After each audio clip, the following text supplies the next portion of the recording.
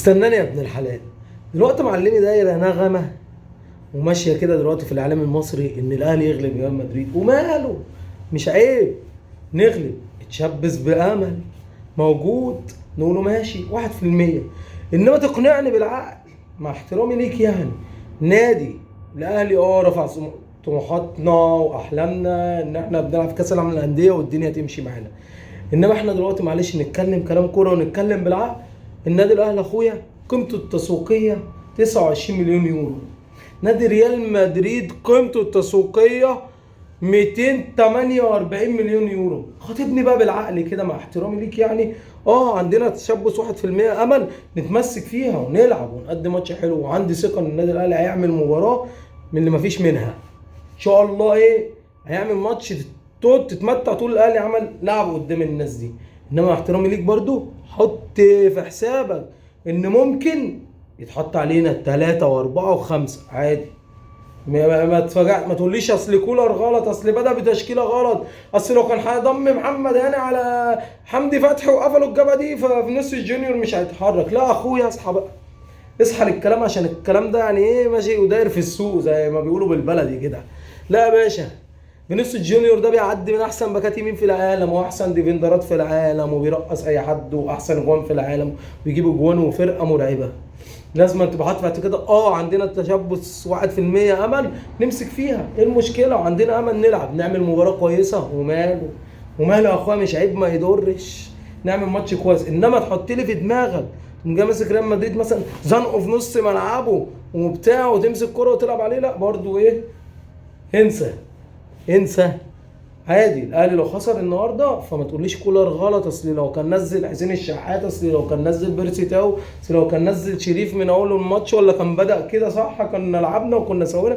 لا اخويا معلش مع احترامي، مش هينزل ميسي ولا هينزل نيمار، هو برضو معاه لعيبه على قدها بالنسبه للشريحه دي. تقول لي ريال مدريد متذبذب بالمستوى الايام دي والدنيا مش مظبوطه معاه، ماشي اخويا، ده في الدوري الاسباني ومايوركا يغلبه، وماله مايوركا ده لو بيلعب عندنا هنا فهيخلص الدوري في الدور الاولاني.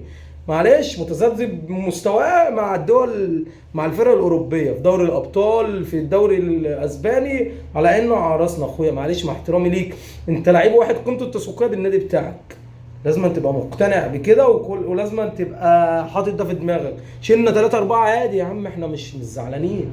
انا كل طموحاتي نلعب مباراه كويسه، نلعب مباراه جامده قدام ريال مدريد، نحس نطلع كل اللي جوانا 150% اللي جوانا ونعمل ماتش حلو. ده جبنا فيهم جون انا هبقى مزقطط 3-1 وبتاع 2-1 هبقى مزقطط. انا كده انا مقتنع ان دي فرقتي، فرقه جميله وكل حاجه، بس معلش احنا فرقه افريقيه وفرقه يعني قيمتها التسويقيه 29 مليون يورو. ما تقارناش بقى بالناس دي ليفل تاني خالص، دي في حته تانيه خالص يا ابن خالتي زي ما بيقولوا. فنصحى كده للكلام وناخد بالنا احنا بنقوله عشان احنا الاعلام زايط ويقول لك اصل بنزيما مصاب، اصل كورتوا مصاب. يا باشا دول لو لعبونا يعني بنزيما مصاب ده كان هيروق ابونا، جه رودريجو هيلعب هيروق امنا. يعني فرقت يا اخويا، الدنيا ماشيه يعني الدنيا ماشيه معاه، ومش منزل لعيب، مش مثلا طلع شادي حسين ونزل محمد شريف. هو الدنيا مش كده.